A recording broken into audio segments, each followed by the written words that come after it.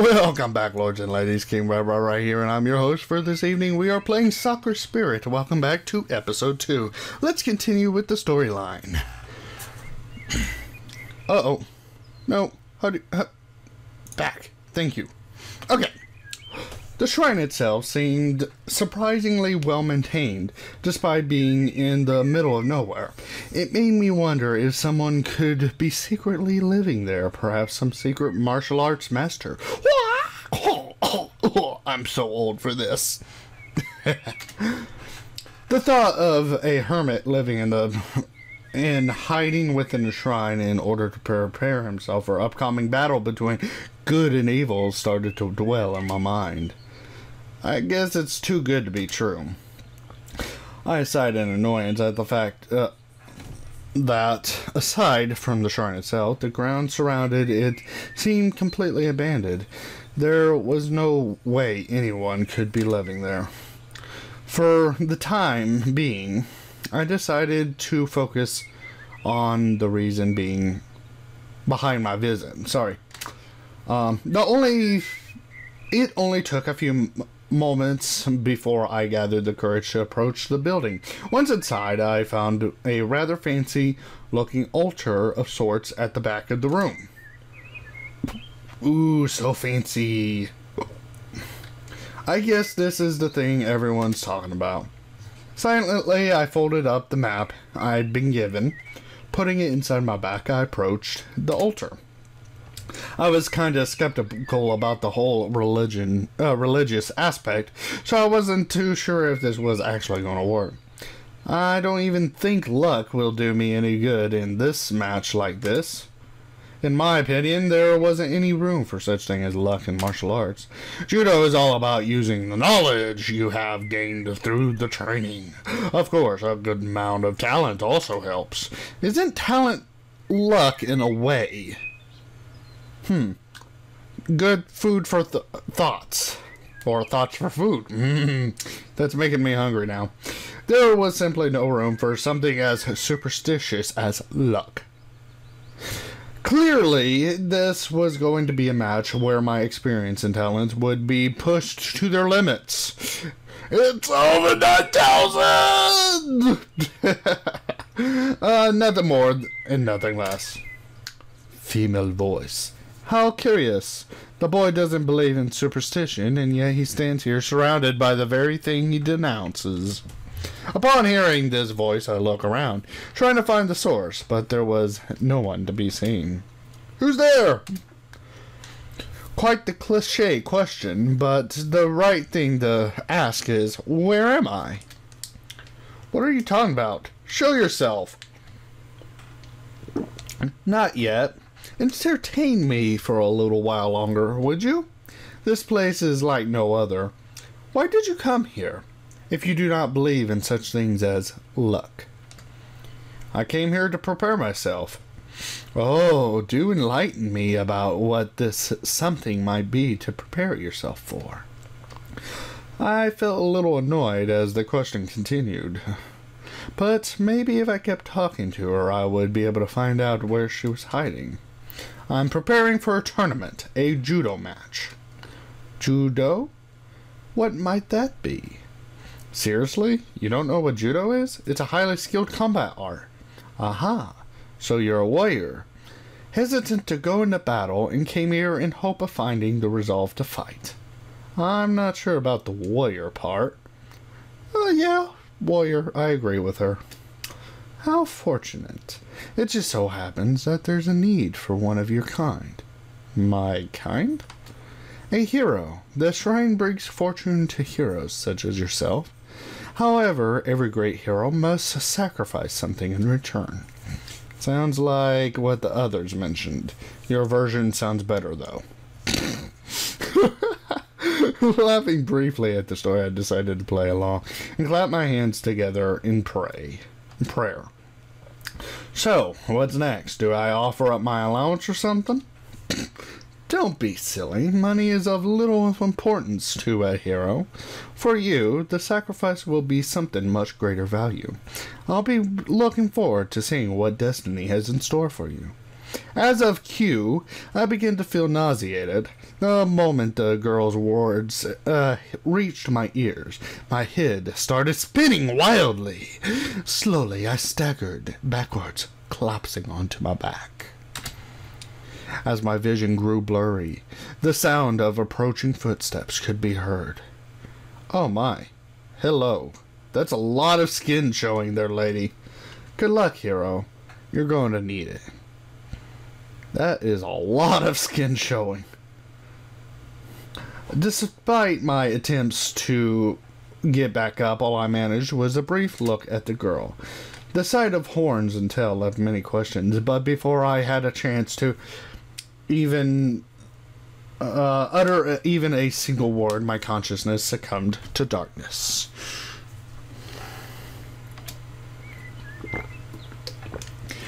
Rays of sunlight stirred me back to life and groaned of annoyance, leaving my mouth while I tried to get back on my feet. I felt a bit dizzy, but the first thing I noticed was that I was no longer at the shrine. Instead, it looked like a forest near the dojo. Of course, my first thought was to look around to see if I could find the girl before, but not a trace of her presence remained. To make things even stranger, the path that I followed amidst the trees seemed better maintained than I remembered. I should probably head home. The thought was cut short when the sound of several female voices could be heard nearby. Get back here! Hikage, stop them at once! Just what do you think I'm doing? I'm chasing them. I'm trying to stop them. I think they've noticed what's missing, Oni-sama. Oh man, my voice. Keep running, little one. We must just make it. Just when I thought this day couldn't get any weirder, the sound of heavy footfalls could be heard nearby. Just what in the world is going on here? Further ahead, I saw a couple of girls in fast pursuit of even more girls. However, there was something off about this scene. Something that didn't make any sense. The girls being chased had ears and tails of an animal, and the pursuers appeared to be armed with a katana and a naginata.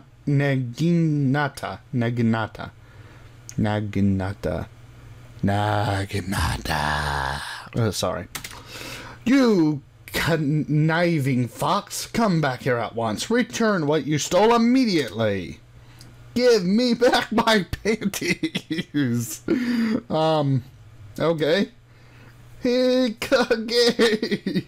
How could you say something like that out loud? Like that? Oh boy. Panties. Oh boy. So, apparently, the blonde one is very kiddish. The light, I guess that's a blondish. No, it's a very light brown color. She's supposedly mature. The black-haired is strict, and then red hair is crazy. Haha, oh no. Help save us from the rampaging women. Oh, she's silver-haired. That's not really silver, honestly. As I watched the girls run off, I couldn't help but find myself struggling with the decision to just leave them be. While I didn't know what in the world was going on, the two girls armed with rather realistic-looking props, surely they couldn't be real, had me worried.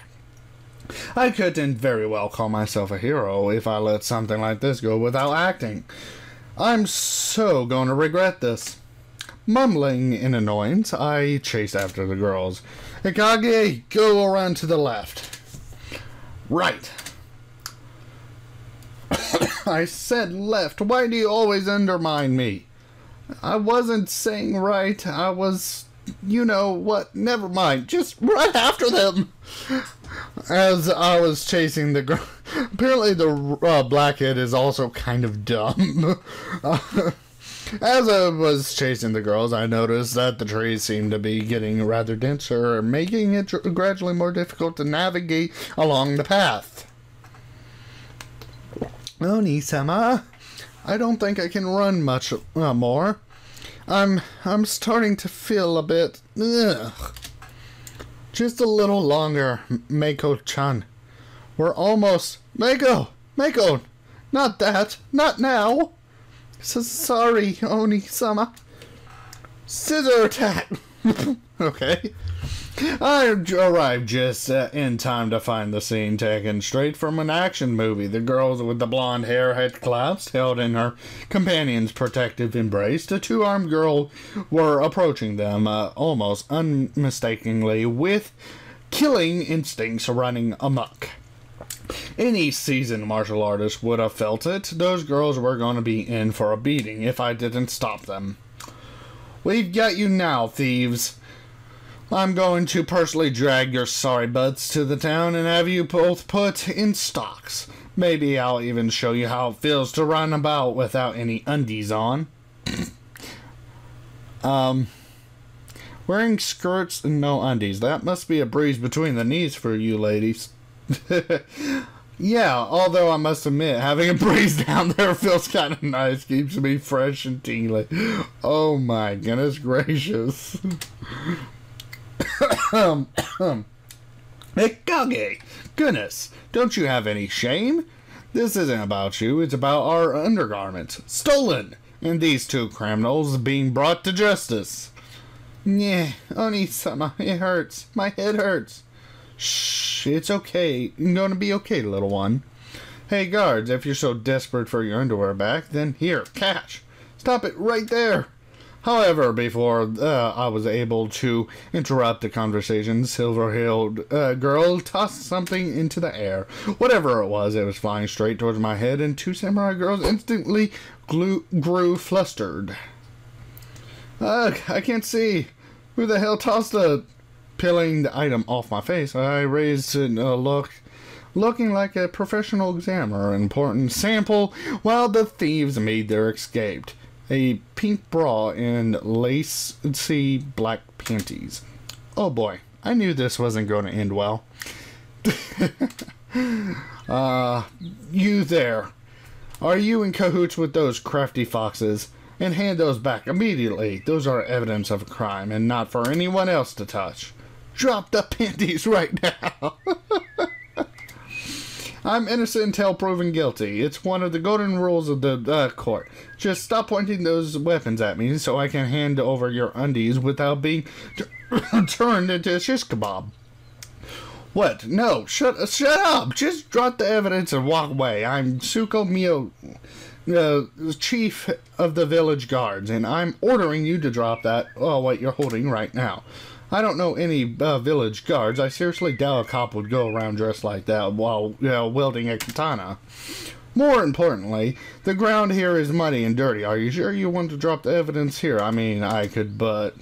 Yeah! Before I could react, the pink-haired girl lunged towards me at the pointy end of Nagata, aiming for my gut. My reflexes caught just in time, and I was... able to pummel away the spear as it sailed through the air. I struck upwards on the wood shaft of the weapon, sending it up into the air and causing the girl to lose her balance. Narumi, I did not order you to attack. Okay, I thought her name was Hikage, not Narumi. What's going on there? Oh, wow, my voice is going out. Fine, I'll give them back. Jeez, just my luck to find a bunch of crazy girls with weapons. Extending my hand, held out the undies, I tried to hand them over, something that I would soon end up regretting. You'd think I'd fall for something so simple? Fool, you may have fooled me once, but I'm not gonna let that happen again.